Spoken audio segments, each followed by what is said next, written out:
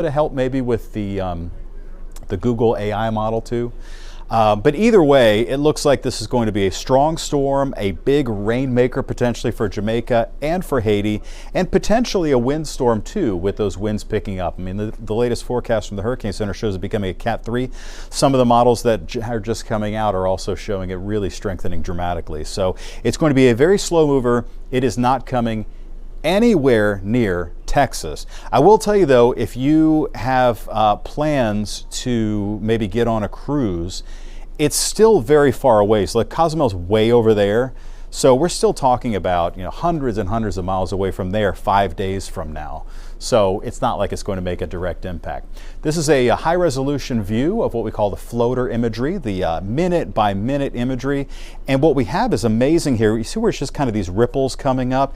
That is intense convection. So that's like this dramatic rising of hot air coming up out of the Caribbean Sea. So that's another sign of strengthening, even though the west side of it is really not showing all that much in the way of rainfall. That bright magenta top means these clouds are probably 60,000 feet tall. Just very, very strong developing system. All right, let's talk about the storms that are headed our way. So what I have running right now is our graph computer model, and tends to do a very good job. I mean, we like to get second opinion, third opinion, even fourth opinion on the timing of these things. And notice here, this shows this very fast moving squall line moving into the area between around 3 and 6 a.m.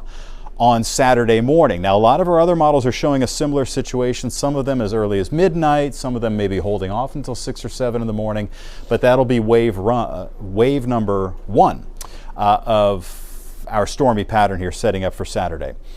We desperately need the rain, obviously. We are still in drought mode around here. It does look like a good soaking for much of Texas coming up. You probably heard us mention yesterday, Galveston County, unincorporated areas of Galveston County are now under a burn ban as well. And it does look like a nice soaking rain is coming in. We have the Euro model and the GFS model showing us total rainfall.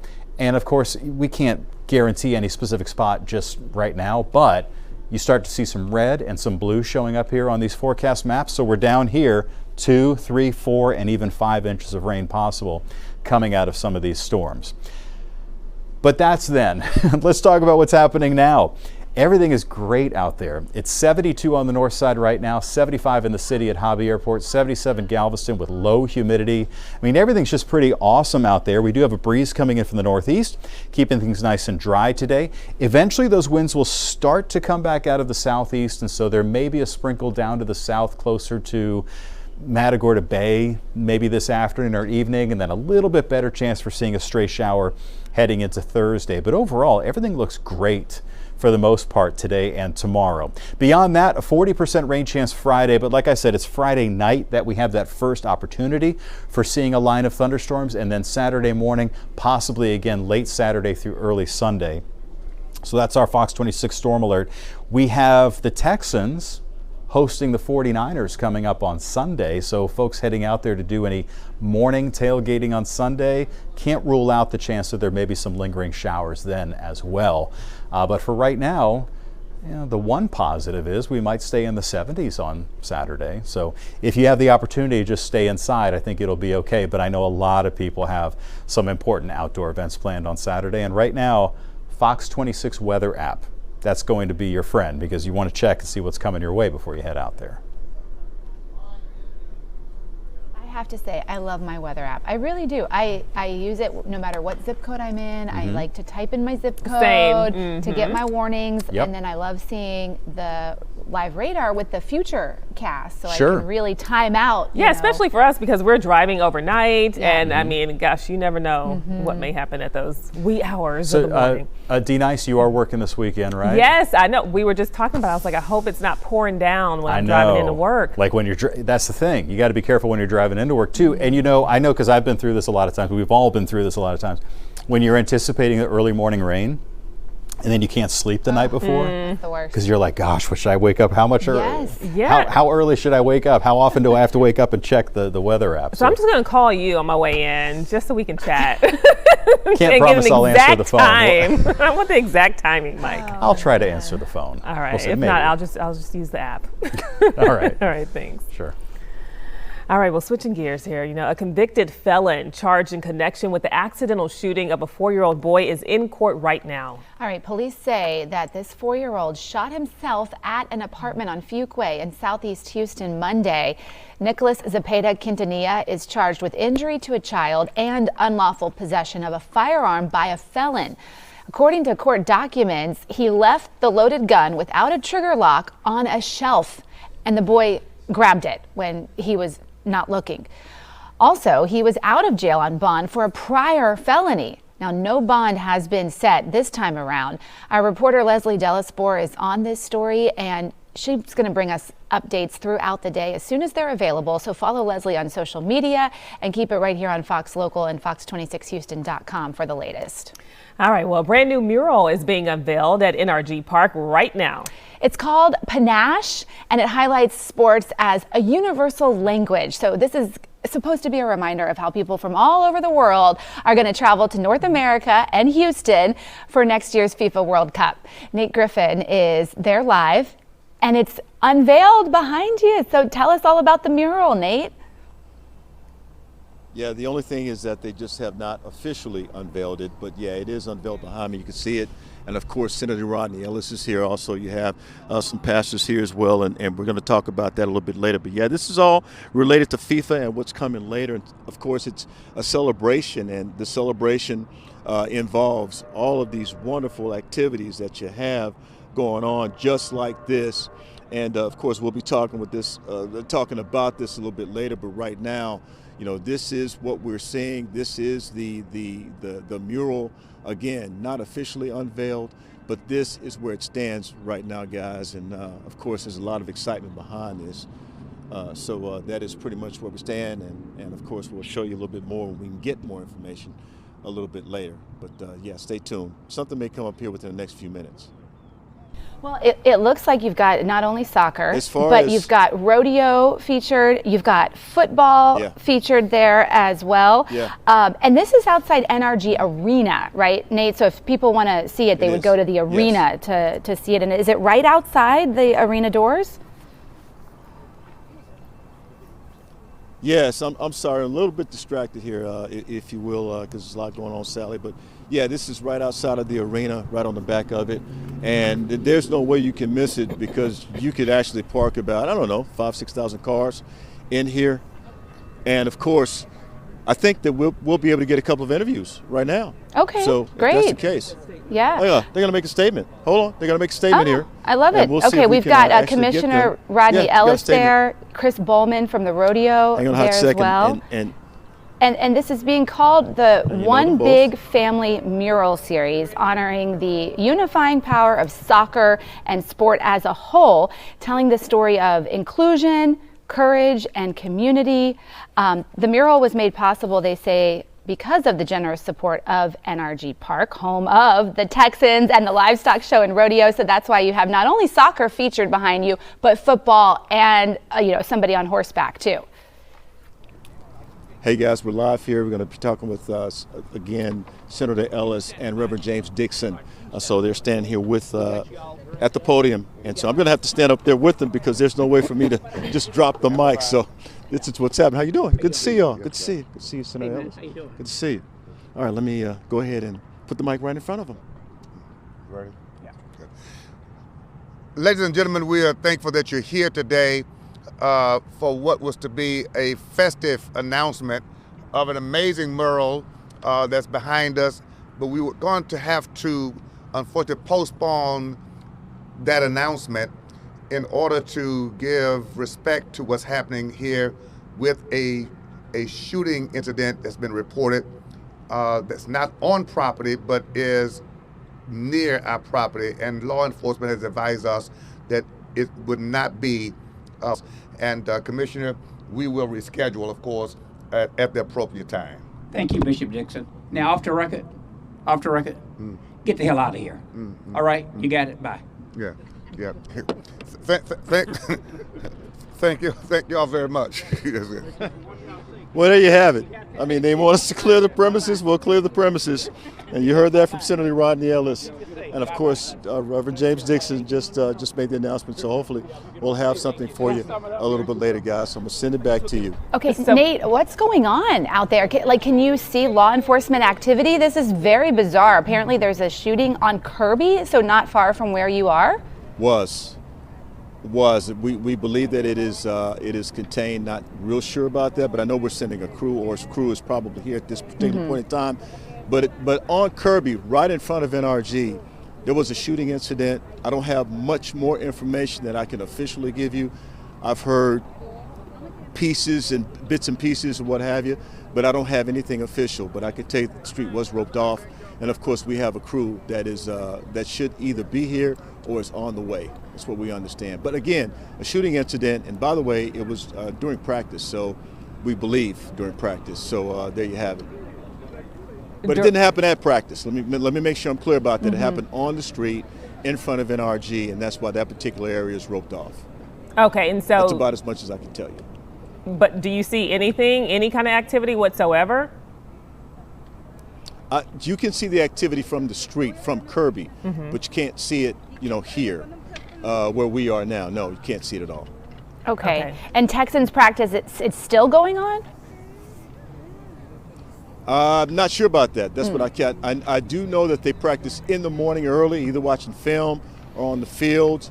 But it's a Wednesday, so you're looking at a normal, regular practice day, and normally, I guess Texans practice is anywhere between 9 and 11, maybe a little after.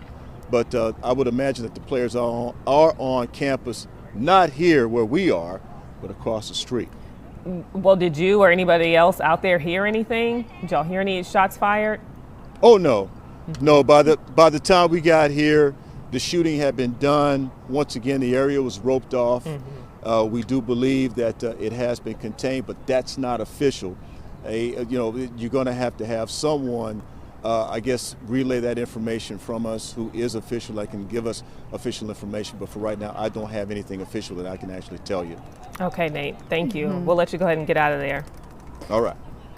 Yeah, we have not gotten anything official on our end either. Yeah, but we do have a crew heading to that area, so we'll definitely bring you the latest as soon as we get it.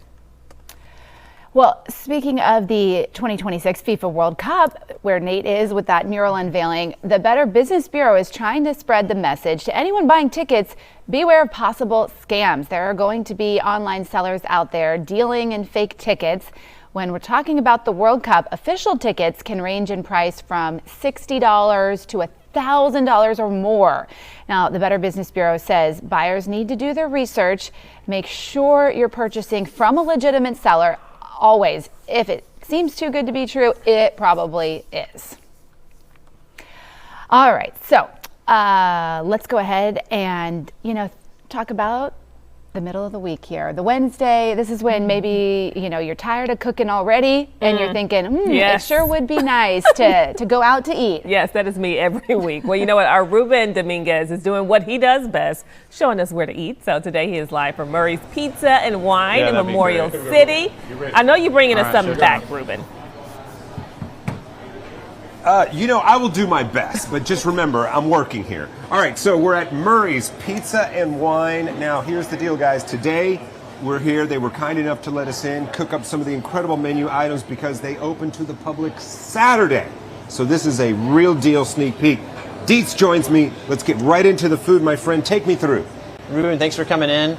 This is our meatball. It features two really high quality meats. We got Texas Black Angus beef and Duroc pork, which is a great pork. Right here we have our white bean hummus, which comes with roasted pistachios on top, as well as a sumac garnish. Gives it a little bit of brightness, and then a really high quality olive oil. This is our Caesar. Some Caesars come in and they're really heavy and they weigh you down. We wanted to go the opposite direction. This is very bright. Caesar, very light. It features Meyer lemon in the dressing, so this really complements our pizzas.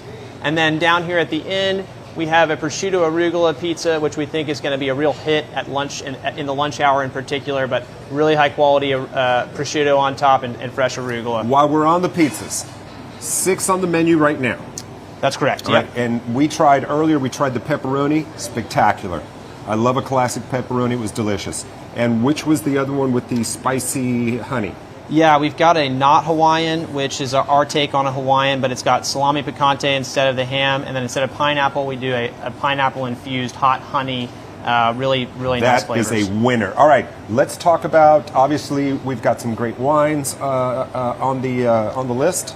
Yeah, we've got some great wines here. We've got a very tightly curated menu of wines. We focused on small natural winemakers around the world. We also have some local, some wines from a local provider, Padres Wine, great spot out of the Heights.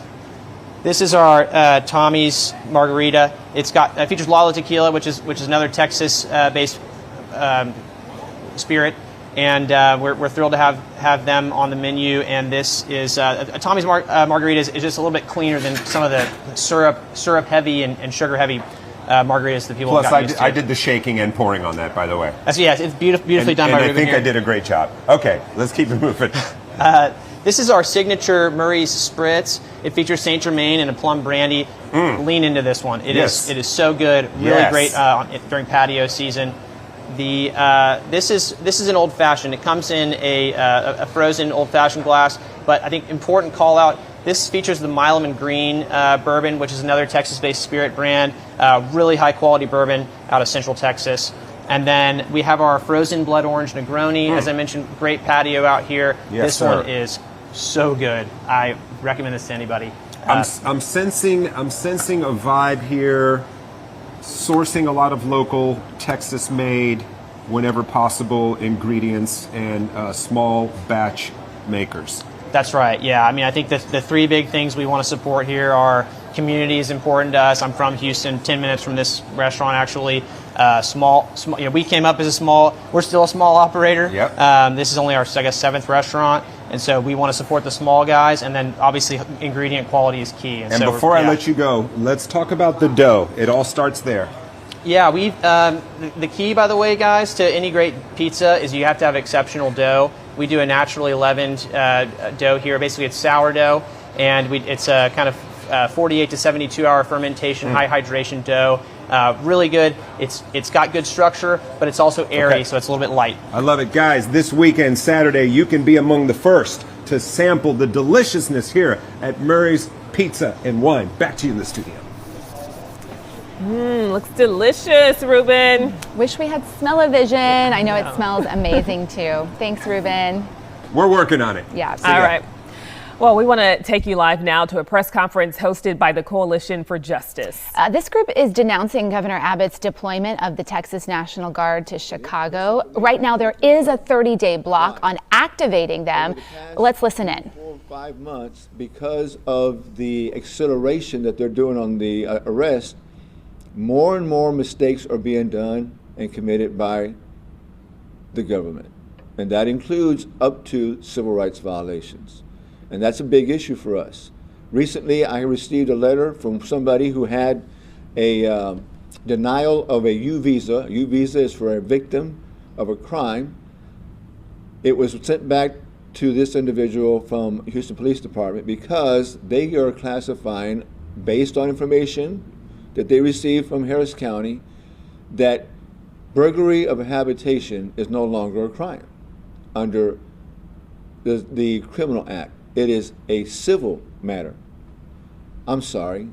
So when somebody breaks into your house, what do? You just sit there and say, excuse me, before you take all my TV and all that stuff, please leave your name and address so that when I file a lawsuit against you, I can go ahead and send this? No, that's not how it works.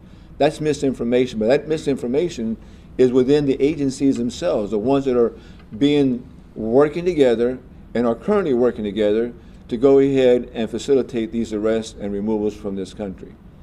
There's nothing wrong with enforcing the law, but it has to be enforced equally, and that's one of the things that we're not having. On top of that, the way that and the method that's being used to do that is in a way that circumvents the ability to go to court. We have a thing that's called the Laken Riley Act. Laken Riley Act, for the most part, is a good idea, but there are some bad attributes. One of the bad attributes of that is solely being charged with the crime. If you are a non-citizen, in other words, if you're not a U.S. citizen in this country, if you're a legal permanent resident or lower, and you get charged with the crime, immigration can step in and immediately begin to go ahead and process you for deportation. If you're a legal permanent resident, that means they're going to remove that. They're going to cancel that. They're going to take that away from you. And why? Because they can. They have something now, a mechanism now. The problem with that is they can take you directly from the county or the city or whoever and take you directly over into the federal side. On the federal side, the immigration courts are not doing their job, not because they don't want to do their job, but because they're being instructed not to do their job. In this particular case, what's going on is a lot of the cases that we have inside of the courts, asylum cases or other cases, they're being terminated, stopped, canceled by the judges themselves, and then these things are being moved over into ICE so they can start issuing arrests and making people accountable on that side. They're not the only ones. This is starting to move over into the benefits area.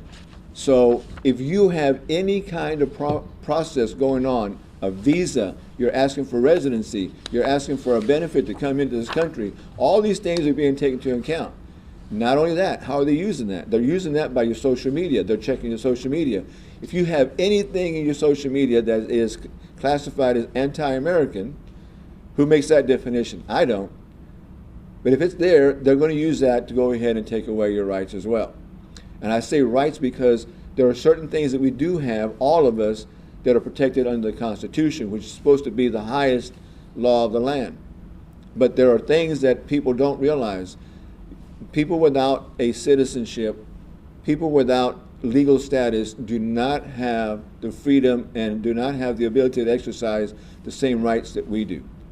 They are very limited and very restrained, and those are things that we never get a chance to talk about. Someday we're going to have to sit down and talk about that as well. But the bottom line is this. We've got to get to a point, and we're going to get to a point, where we're going to have to sit down and say no. We're at a point right now where we need to say no to at least some of the movements between the government, federal, state, county, and city, so that we can start getting a handle on what's going on. The misinformation inside their own system is causing major problems outside for citizens, for non-citizens, for businesses, professionals, you name it. I don't know how to answer questions that I get. A dentist asked me the other day, if I'm working on somebody who I know is not a citizen, and ICE comes into my office and makes the arrest in my office, can I be held liable? That's a very good question. I would have to say at this particular moment, this second, yes, because you knew, and that may be something we're going to have to deal with. So down the road, this is something we're going to try to do. We're trying to put together also a roundtable that we're getting ready to put out the date on, an immigration roundtable. So if anybody who's involved with immigration, wants to know about immigration, is part of an association or organization that does work in immigration lawyers, immigration professors. If you have something to do with immigration, and trust me, right now, everybody does, and you want to learn a little bit more, we're going to discuss this at a roundtable that we will have the information out over the next week or so. We'll get that out with a location, time, and date, and everybody is welcome. I don't care who it is. Both sides, no sides. You want to know about immigration, I'm here to explain. Protest and march this past Saturday. That should send a message that constitutional law, and I have one here, is not being followed by the president, the governor, and other governors and other public officials. There's a saying in Spanish, dime con quién andas y te diré quién eres.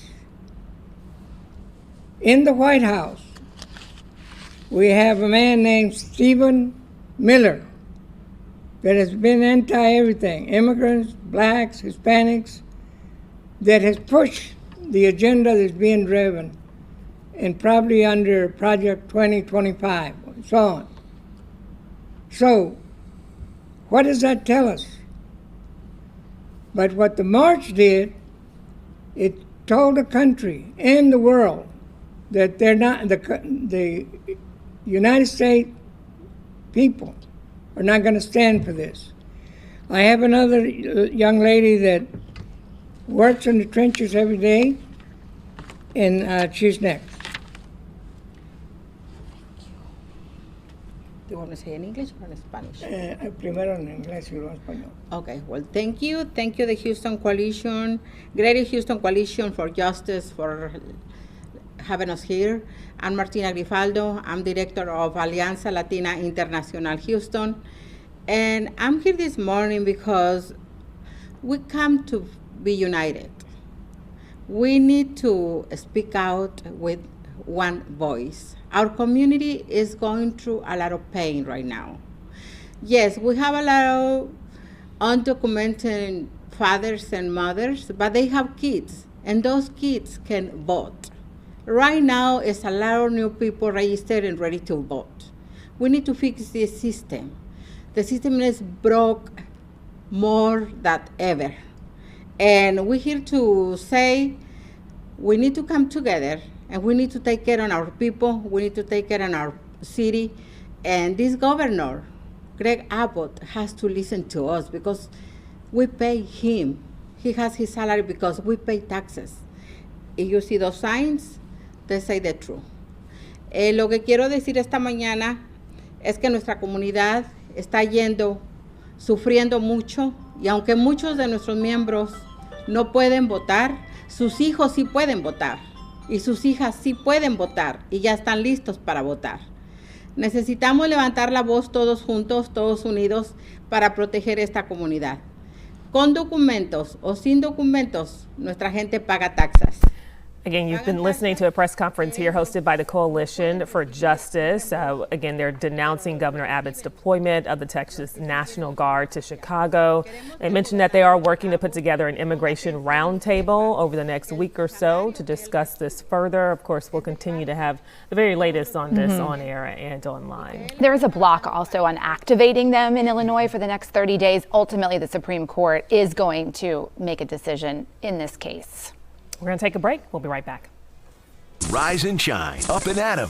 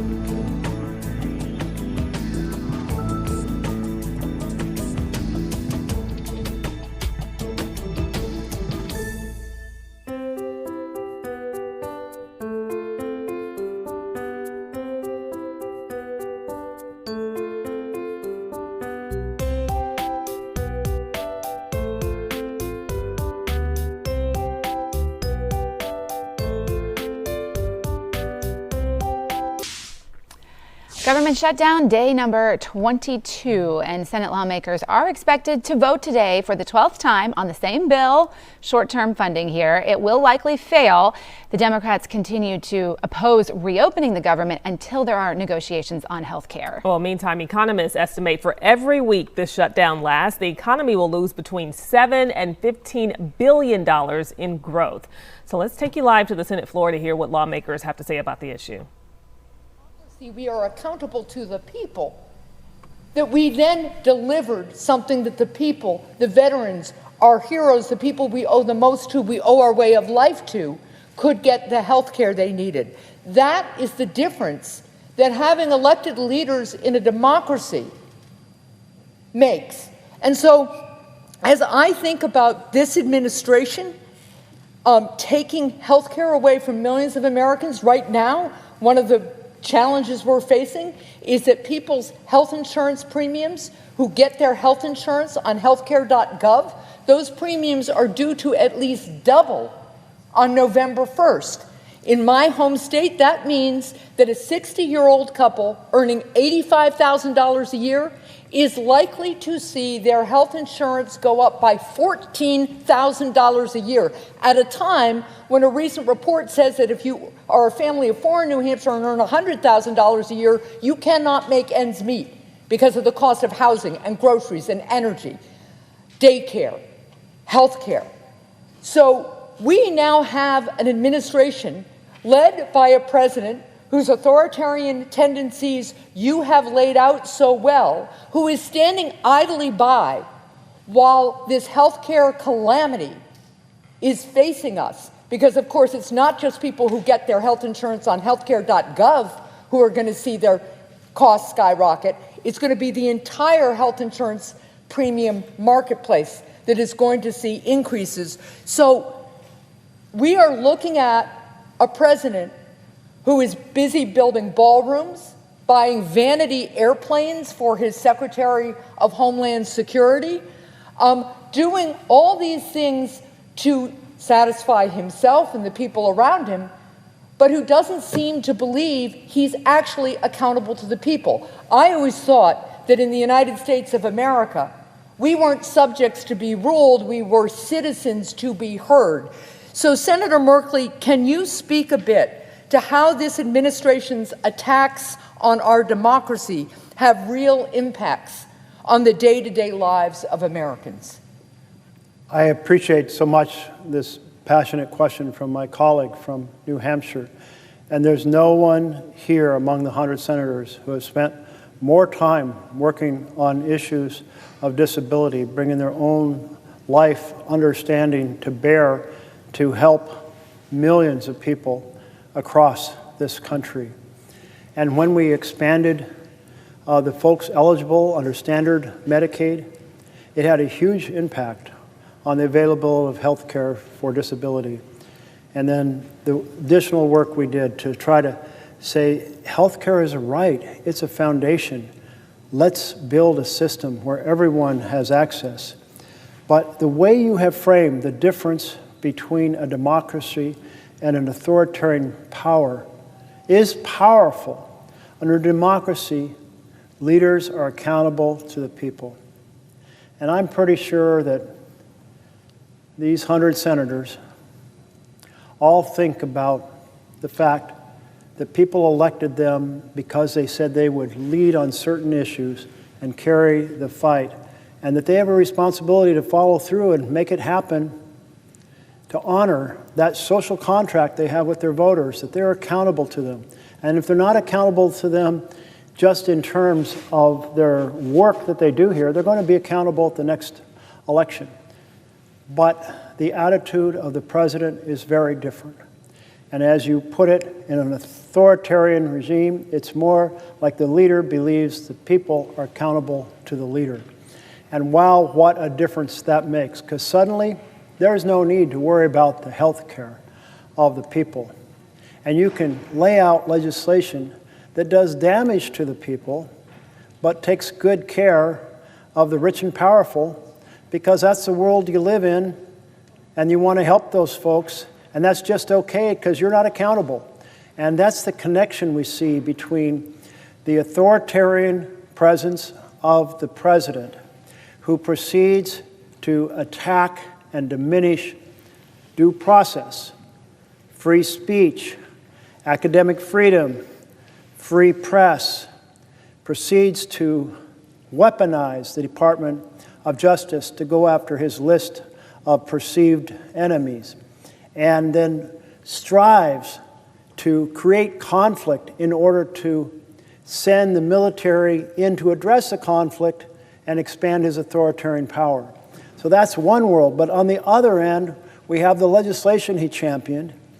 And how could a leader accountable to the people do a bill, support a bill that cuts 15 million people off health care in order to fund tax breaks for billionaires, or run up 30 years of debt, 30 trillion over 30 years, to run tax breaks for billionaires? That debt is going to haunt us in the future in terms of being able to do basic programs in healthcare, housing, education, infrastructure, job creation.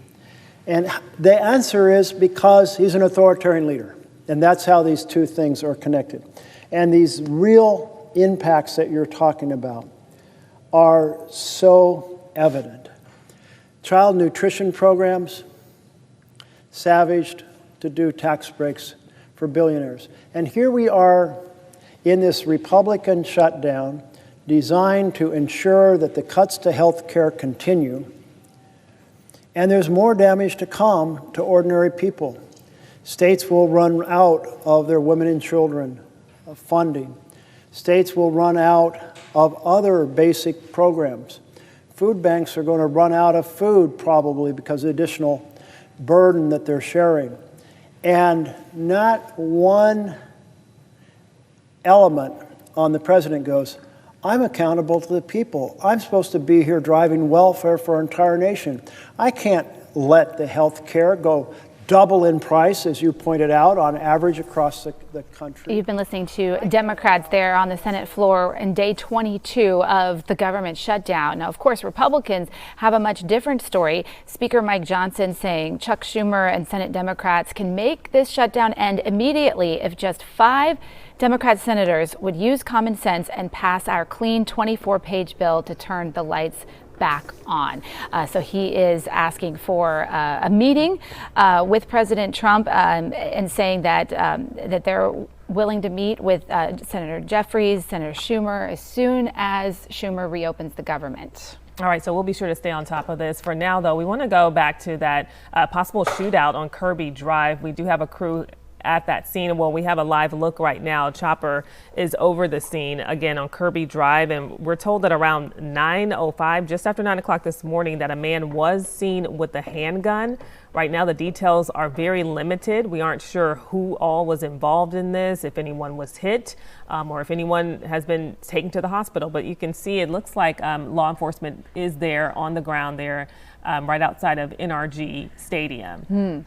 Yes, 3 people are detained is what HPD is telling us. No injuries reported, but Texans practice was happening presumably at the same time. Obviously, very busy with the amount of people who work at NRG Park and the amount of people who pass by there to get to the medical center. And so seeing someone in such a popular place with a handgun would absolutely, you know, draw your attention and have investigators come to that scene to see if perhaps they did thwart some sort of a shooting. We just don't know yet. They haven't spoken to us. So again, Sky Fox is over the scene. We have got a ground crew there as well. And as soon as we have more information, we'll bring it to you live here on Fox Local. All right, and just try and stay away from the scene, you know, while they continue to investigate. We'll be sure to keep you updated on air and online. For now, though, we're going to take a quick break. We'll be right back. Fall's here. The leaves are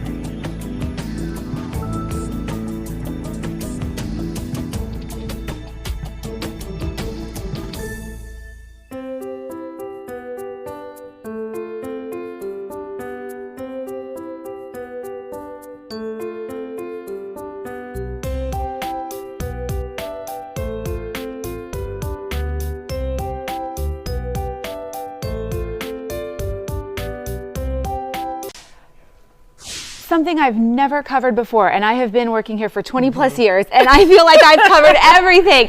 But from now until November 15th, you have the chance to see a Halloween-like show, like something you've never seen before. Yes, so it's called Drunk Dracula, and it tells the story of some famous vampires, and the actors consume alcohol before they get on stage. So please welcome Austin Brady, Brennan Ashley, and Joey Herrera, who is really creeping me out here. Sorry, I don't mean to. I woke up like this morning, so. Everything looks so real. My goodness. So have you all been drinking this Not morning? yet. No, it's a little too early We're right now. professional drinkers. We only drink when we're working. Oh, okay, gotcha. We Well, stick tell to us, that. how does Drunk Dracula work? Oh, well, we are 5 actors, 5 professional actors, and 1 actor gets pretty messed up with a handful of shots and whatever else they pick up along the way, you know. So it's always a fun vibe, you know, and the spirits kind of enable them to, I don't know, unlock that hidden potential as the actor, and they get to, you know, break the fourth wall, mess with the show a little bit, mess with these guys. So is it a different actor each night then that takes the shots of whiskey? Yeah. So Well, I hope so. That'd be a lot. Right. Yeah. That would So be it's not way like too you're much. doing it every single night. No, we rotate. We have a safe rotation. Okay, Yeah. good. So what has it been like to perform this show so far? It's It's a zany, different show every single time. It's bet. drunk, outrageous, You don't know what to expect, huh? professional, a lot of audience interactivity. Because you get a different drunk actor every show too, you are guaranteed a different experience every time you go to our theater. We all have like very different drunks, right? Yeah. So some of us get a little more like Shakespearean with the acting. Some of us get a little more slurry with our voices. Yes. Some of us Any really angry? like costumes. No, No, angry. No angry. It's Okay, always a good. good time. Yeah, okay, good. Okay. Always a good time. Unless you're Dracula. Well, but who I mean, came up with this idea though, Drunk Dracula? Well, you know, we're going back to the basics. With Shakespeare, this is how, you know, the performances were done at the time. Shakespeare was drunk, the audiences were drunk, maybe the actors were drunk. So that idea carried into like, oh, what other authors or literary members maybe follow the same tactic of getting drunk? And Bram Stoker, we're sure he did. So, you know, we're like, we're The just paying original homage. drinker. The original drinker, yeah, exactly. So I imagine this is a 21 and up show. Yes, 21 okay, and up, absolutely. and the audience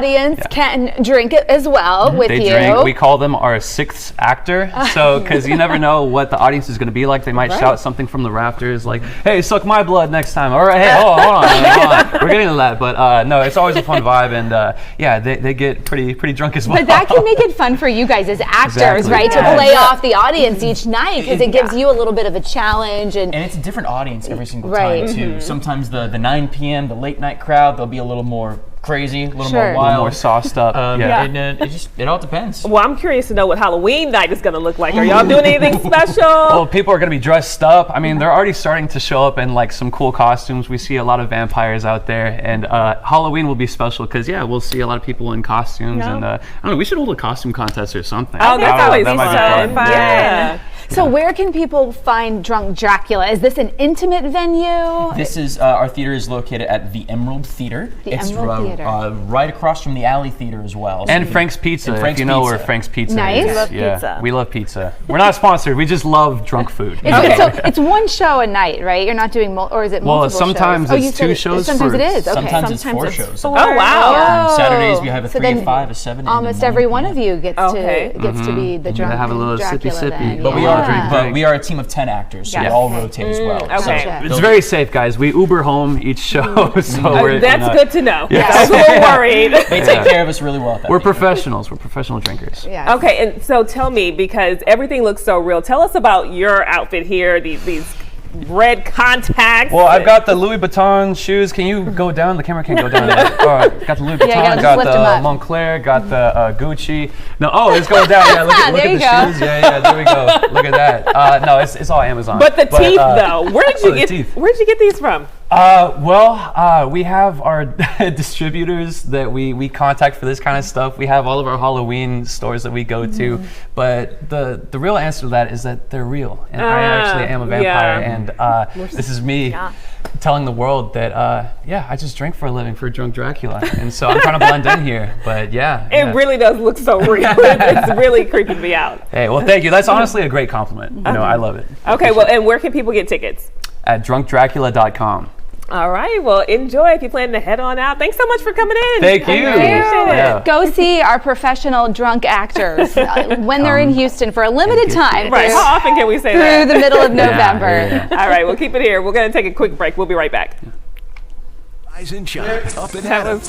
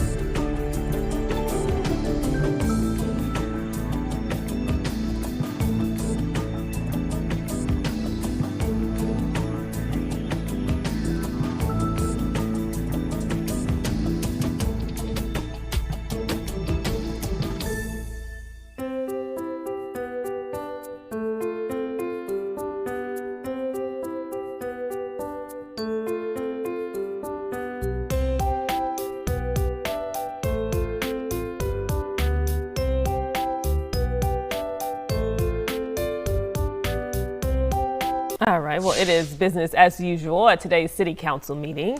All right. On the table, that new proposed homeless shelter in East Downtown. So let's listen in. I'm not sure what they're discussing at the moment, but we will find out right now.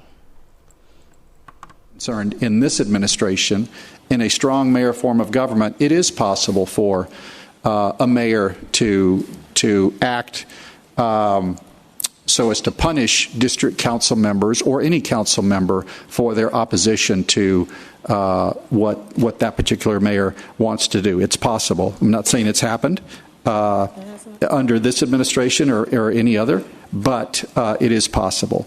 And so this is a way to arm council members with information in order to do their jobs better. That's 101.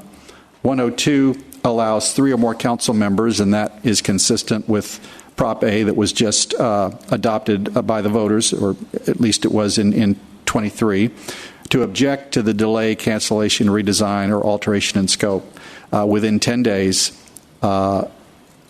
in writing with the city secretary, and to have that item placed on the council agenda for consideration. Council would then vote to approve or deny the item. And so here, again, this would require 3 council members who agree that this is an item that should be brought back to council for their consideration.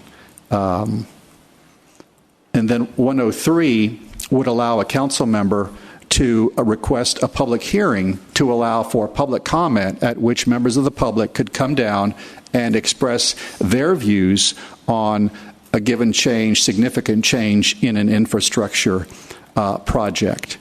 This is not intended to delay any particular project, but merely to give the public the opportunity to comment. I know that our city departments at this time have the best intentions and operate in very difficult jobs. And there are times when things are done without the public feeling they have the opportunity to give comment. And this amendment would provide that opportunity. Yeah. Thank you.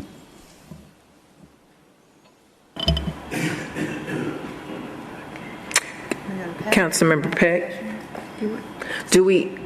hold on, we do have a couple of council members. Do you want Vice Mayor Pro Tem Peck to make her lay out hers first, and then we'll go to questions? I defer to the chairs, however you want to deal with it. Vice Mayor Pro Tem Peck.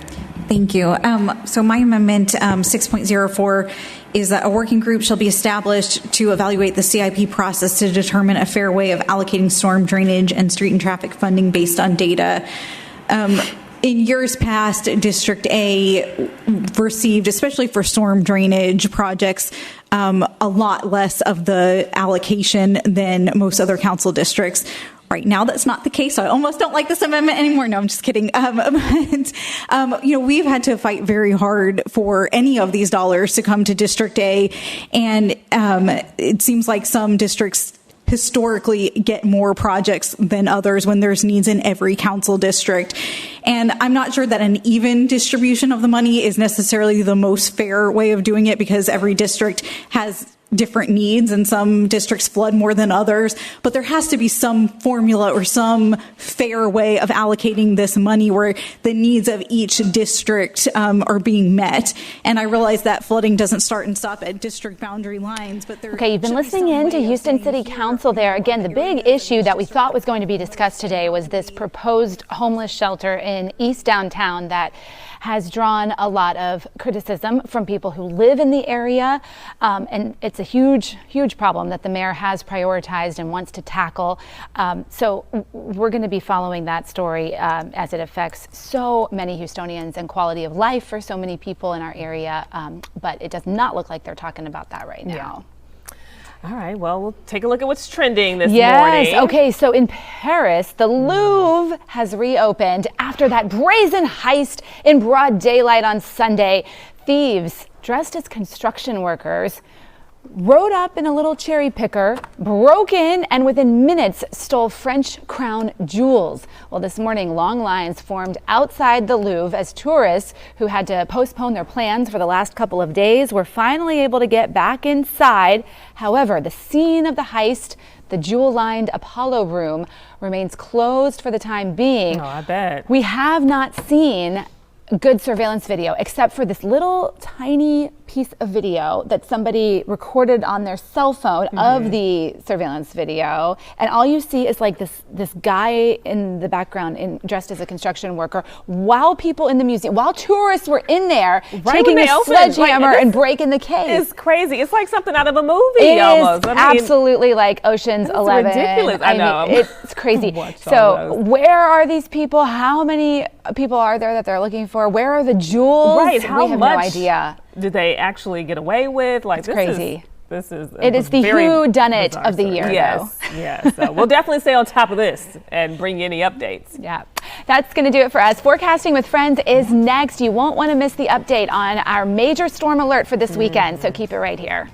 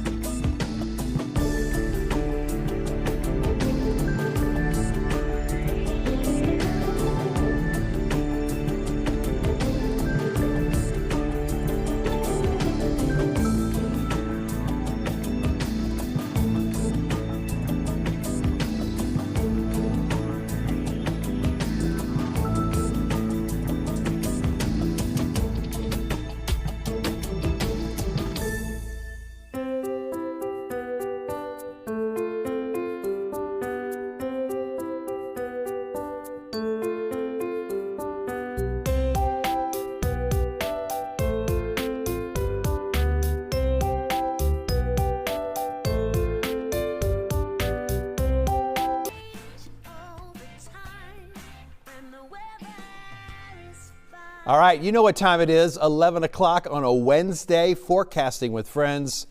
I'm meteorologist John Dawson, meteorologist Patton Gallion. Yep.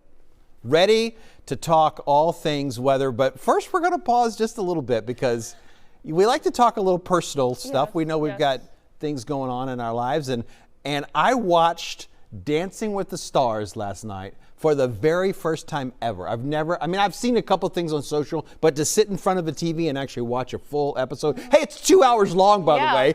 I learned all sorts of things. I didn't know anything about this show. First time I ever watched it. I watched it because of Wicked. Now, I didn't actually wear pink on purpose to think as that, but it's kind of pretty good. I should have coordinated with you, had some green on or something. But yeah, I watched because of Wicked, and I just want to know: if I watch another episode, should I expect to have tears? Should I cry on all episodes? I definitely cried last week because last week was like a homage to someone you're very close with. Oh, okay. It was a dedication night, and so that was gut-wrenching. Okay. And like Andy danced with his daughter, and it was good. Oh my goodness.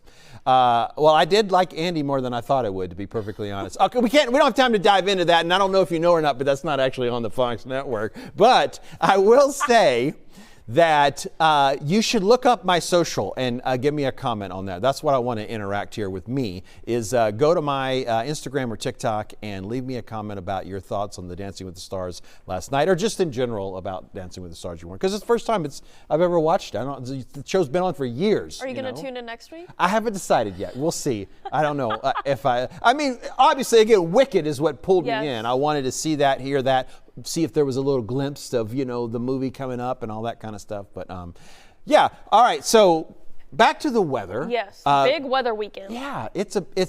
We kind of have to escalate our discussions, I think, for several reasons. First of all, we just haven't had stormy weather in a while. So it seems like sometimes when we've had these times of quiet, people kind of forget what weather can do around here. And again, I'm not like, cancel your plans, batten the hatches, all that kind of stuff. But there is a potential, and it's still a few days out, of some stormy weather, and right now it would look like some maybe flooding was going to be kind of our main concern. So that's kind of what we want to make sure you're ready for. It's going to be there. So I guess we should dive into the graphics if you're ready to kind of start talking about it. This system right now is sitting on the West Coast. Yes, so it's coming off the southwest. Over the next few days, it's going to continue making its way eastward, bringing a bunch of rain, again, to portions of Arizona and New Mexico where they've had a lot of rain. And then come Friday, there's actually a severe weather risk for portions of northwest Texas and portions of Oklahoma.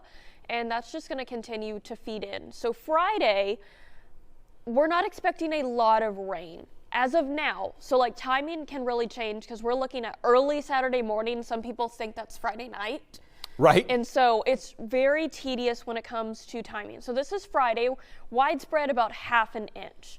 Then we get to Saturday. We're talking 1.5 inches up to 3 inches is possible across southeast Texas. And of course, the timing is what we're always concerned with. How long does it take to get 2 to 3 inches? Well, this is a 24-hour period here that we're looking at of accumulation. But remember, if that happens all within an hour, and depending on where you are, that's why we could certainly see a few problems. But definitely going to add things up. And then by the time we get through the entire range here, it looks like this is 7 day. Yeah, 7 day outlook. About 4 inches for some areas. Now, of course, those are isolated higher amounts. Could pick up more, but widespread 3 inches when we haven't had much rain in the past month and a half is really good but bad. Yeah, and don't look at this map and say, oh, well, I'm not in Liberty, so I'm not going to worry about that. That's not how this works. We're 3 days out still, and so that little blob in Liberty could easily be over downtown Houston, which makes a big difference between 4 inches in Liberty and 4 inches in downtown Houston. Or it could be really anywhere within our viewing area. It could shift around a little bit, but this is sort of the trend that we're looking for when we're looking at Saturday, basically. And then, so Friday, we aren't technically in a severe weather risk. This is a non-severe scattered thunderstorm risk, but the Storm Prediction Center is hinting that, hey, Friday, there is a possibility these thunderstorms can erupt. And we know Friday night football games, they're happening still. Homecoming is still going on. Yeah, definitely. Sometimes I have to remind myself about Friday night. I'm glad you brought that up because now that my kids are no longer doing Friday night football, I kind of disconnect from that a little bit. But there is a lot of people connected to Friday Night Lights, and for sure, this is the timing. We just don't know yet what kind of rain will be around on Friday when kickoff happens. So that is something to definitely keep in mind. And that was. Again, no severe weather necessarily with this system, but this is where we would like it to be a little spread out more, but this is what we need the help with. Yes, so we have those drought conditions that continue to worsen across the area. We'll actually get an update to this drought monitor tomorrow, and so we need the rain, but unfortunately, with how dry it is, it's going to be really hard for that water to absorb into the soil, so it really won't do all that much, which increases that flash flood potential. Yeah, I was trying to water a tree in my backyard, and if you don't just seep it really, really slow, the water runs off. It doesn't even get to the tree. I was trying to do this yesterday, as a matter of fact. I was in a hurry, so I was trying to have the water up higher than I needed to be, and the water was just running off, and I'm like, I need to get this tree watered. So it was a little bit difficult as far as that's concerned. And this is going to be that flooding risk that we're looking at. On Friday. Yeah, and this starts with Friday. Again, the green is that level 1 out of 4 is the possibilities of some of that. What I always just kind of refer to as short-term street flooding is what we're talking about if we're ever in the green shading like this. But then going into Saturday, it worsens for much of our viewing area. Yeah, we get moved up a level, and this gets a little bit more where you need to pay attention, where it can last a little bit longer. It's not just one of those 15-minute set it, wait it out kind of thing. But overall, we always find that people get into trouble with their vehicles when there's water on the roadways, whether they're hydroplaning or whether they're driving into 3-foot water. Be cautious. Just take your time, and remember, this is one of those times in which the weather is going to impact your day in some way or another. So it all comes down to timing. So when are we talking about? So we have our Fox weather model goes until Sunday